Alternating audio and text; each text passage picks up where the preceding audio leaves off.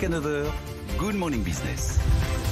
Il est 8h19 et c'est Jean-Baptiste Djebbari, ministre délégué chargé des Transports, qui est avec nous ce matin. Jean-Baptiste Djebbari, ça fait longtemps que je n'avais pas reçu un ministre avec le sourire ce matin, comme nous tous, cette nouvelle effectivement d'un probable vaccin, Pfizer et BioNTech, l'allemand et l'américain, 90% de succès sur le vaccin et donc peut-être, sans doute, dans quelques semaines, des premières vaccinations agréées par l'autorité de santé. Du coup, ouf, non ? Du coup, un peu d'espoir, c'est vrai. Un peu d'espoir d'ailleurs pour tout le monde, non seulement pour les secteurs les plus touchés, je pense à l'hôtellerie, au commerce, à la restauration, au secteur des transports, on en parlera peut-être. On va en parler bien sûr. Je pense un peu d'espoir pour chacun, parce que c'est vrai que depuis maintenant quasiment un an, nous vivons avec ces restrictions sur le plan des libertés individuelles, avec cette crise économique et sociale qui se profile, et d'avoir des traitements qui s'améliorent au fil du temps et l'espoir d'un vaccin sérieux, solide. Ça nécessite encore évidemment d'être tout ça confirmé et agréé par les autorités de santé, mais c'est vrai que ça offre un petit ballon d'oxygène que je crois chacun peut aujourd'hui goûter avec un peu de plaisir. Alors du coup, parce qu'après-demain, il y a quand même un nouveau point qui avait été promis par le président sur l'épidémie, la pandémie, l'épidémie en France. Est-ce que du coup, on peut espérer qu'on soit un peu plus souple dans certains domaines, notamment les commerces, parce qu'il y a quand même de la lumière au bout du tunnel désormais ? Bon, c'est vrai qu'il y a la lumière au bout du tunnel, mais il y a aussi la situation sanitaire qui, vous l'avez suivi notamment hier au gré des informations données par le directeur général de la santé, Jérôme Salomon, qui continue dans les faits et en ce moment particulièrement à se dégrader avec plus de 500 morts. C'est un niveau très haut comparativement aussi à la première vague. Donc il faut rester évidemment très concentré et solidaire dans cette phase un peu compliquée. Mais c'est vrai que les premiers chiffres, cela a été dit, commencent à frémir, notamment dans les régions qui ont pris à la fois les mesures de couvre-feu et qui après se sont fait... Paris par exemple. Paris, mais d'autres métropoles. Où le fameux R est plus bas que dans d'autres régions. Donc c'est très bien, ce qui prouve qu'effectivement l'effort collectif paie.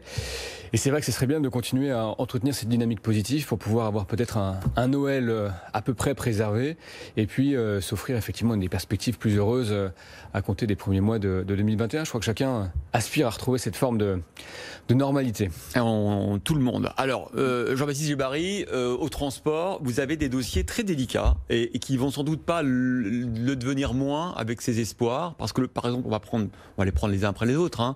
Air France. Est-ce que Air France, qui, comme toutes les compagnies aériennes dans le monde, est frappée à la fois par la pandémie, l'arrêt du trafic, mais aussi des ajustements structurels sur le voyage d'affaires, par exemple. Est-ce que le voyage d'affaires reprendra une fois qu'on aura un vaccin comme avant ? C'est pas sûr. Air France peut-elle échapper à une recapitalisation ? Bon, il y a plein de sujets dans le sujet. Il y a le sujet effectivement de la reprise du trafic. Vous avez raison de dire qu'aujourd'hui, il est peu probable qu'on ait 100% du voyage d'affaires qui reprennent le jour où on a un vaccin efficace. Parce que les gens se sont habitués à faire du télétravail, parce que les modes de consommation ont changé. Donc ça mettra peut-être un peu de temps à revenir, et c'est là-dessus que nous avons conçu d'ailleurs les hypothèses financières de soutien financier au groupe Air France KLM.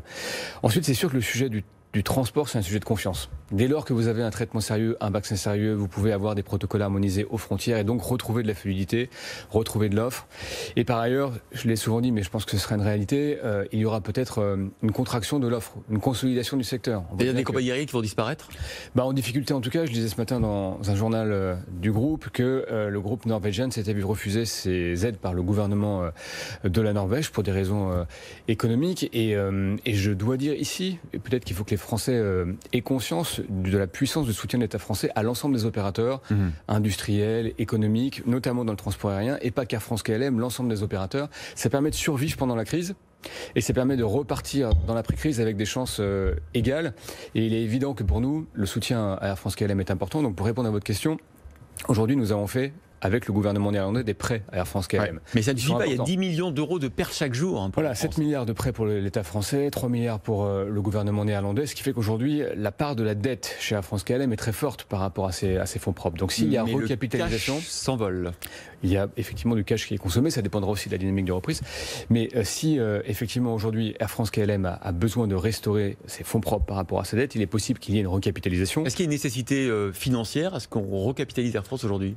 En tout cas, il y a une nécessité si Air France doit repartir dans des bonnes conditions et notamment soit en capacité de se refinancer sur les marchés, il y a une nécessité à ce qu'elle retrouve des ratios fonds propres, dette sur fonds propres qui soient compatibles avec ce qui est normalement accepté par les marchés. Donc c'est aussi pour ça, non seulement le soutien financier pour la survie, l'amortissement de la crise et le redémarrage, mais aussi pour restaurer l'équilibre, on va dire un peu intrinsèque du groupe, qu'il est nécessaire, qu'il sera nécessaire de recapitaliser. Ça se fera évidemment en bonne intelligence avec nos partenaires néerlandais. Bonne intelligence, vous êtes gentil, parce que c'est pas toujours simple les relations avec nos amis hollandais. C'est souvent assez rugueux, mais vous le savez, ce sont par nature et par tradition des commerçants. Et nous avons réussi à mettre un paquet de soutien de 10 milliards d'euros pendant la crise. Ça a été accepté, approuvé par le Parlement. Donc moi, je souhaite évidemment que ces relations continue à se faire en bonne intelligence. Alors, le gouvernement français et le gouvernement hollandais ont chacun 14% du capital du groupe Air France-KLM. Est-ce que vous allez monter dans le capital d'Air France ? Bon, d'abord, cette question, elle aurait été baroque il y a un an, puisque la question il y a un an, c'était de savoir si l'État allait se retirer de ces 14%. Et vous savez que les Néerlandais avaient d'ailleurs, à ce moment-là, pris de façon assez non coopérative 14% du groupe Air France-KLM. Donc le sujet aujourd'hui, c'est de savoir effectivement si la recapitalisation emporte une nationalisation, ou en tout cas une montée de l'État au capital d'Air France-KLM. C'est possible au regard de la situation économique du groupe. Ça va se regarder, encore une fois, assez finement avec nos partenaires néerlandais. L'idée étant d'avoir non seulement... C'est possible et probable la montée du gouvernement au capital d'Air France. Oui, mais je le dis, c'est aussi conditionné à la stratégie qu'a le groupe pour lui-même. C'est-à-dire qu'on l'a dit, on va avoir une stratégie, enfin, une situation compliquée avec des entreprises dans le secteur du transport aérien en difficulté. Donc, il faut qu'Air France-KLM ait une stratégie très très claire, comme d'acquisition, de consolidation, bref, de redémarrage dans la crise pour à la fois faire ses réformes internes.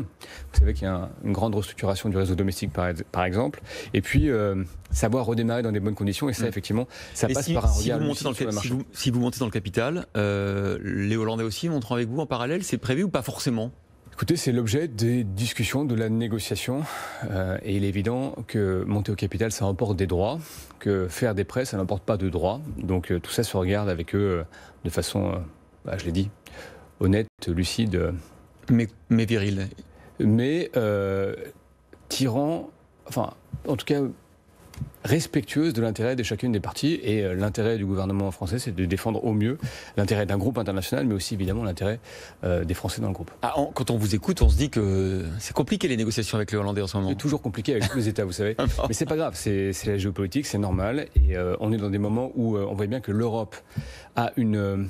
Et d'ailleurs, y compris au regard de l'élection américaine, sans être trop long, on voit bien qu'on est dans un moment où on a un intérêt objectif à ce que l'Europe soit forte. Donc on a un intérêt à avoir un groupe Air France-KLM fort, et on a un intérêt national, effectivement, à protéger nos actifs stratégiques. Avant de parler de la SNCF, les tests antigéniques dans les aéroports, ça a beaucoup tardé, hein, ça devait être il y a 15 jours, ça va arriver quand finalement ? Alors ça a été lancé il y a 15 jours à Nice pour les départs, et je remercie Christian Estrosi pour le travail qu'il a fait. Ça a été lancé la semaine dernière à Orly, notamment pour protéger les Outre-mer avec des tests PCR et antigéniques à l'aéroport d'Orly, et c'est lancé cette semaine à Roissy, avec l'objectif à terme demandé par le président de la République de couvrir l'ensemble des arrivées.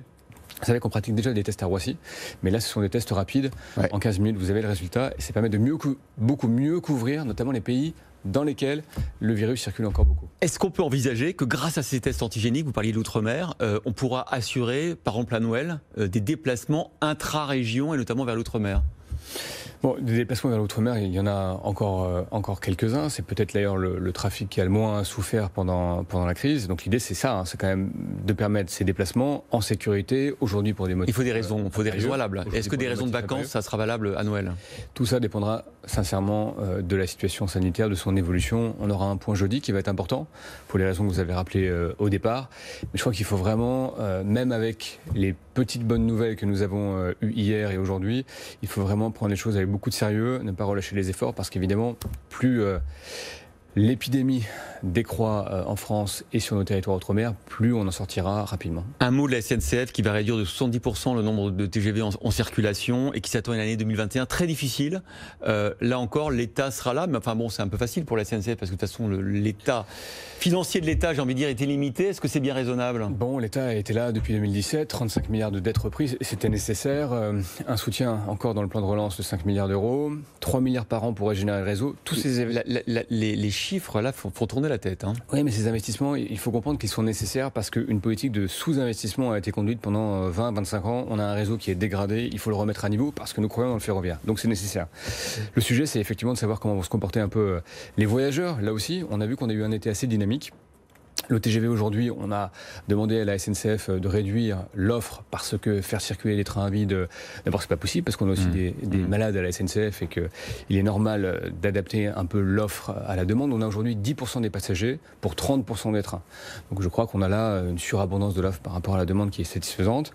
Mais c'est vrai qu'il faudra être très vigilant sur le coût de la reprise. Mais je l'ai dit à plusieurs reprises, évidemment l'État sera aux côtés de la SNCF qui par ailleurs aussi mène ces transformations internes.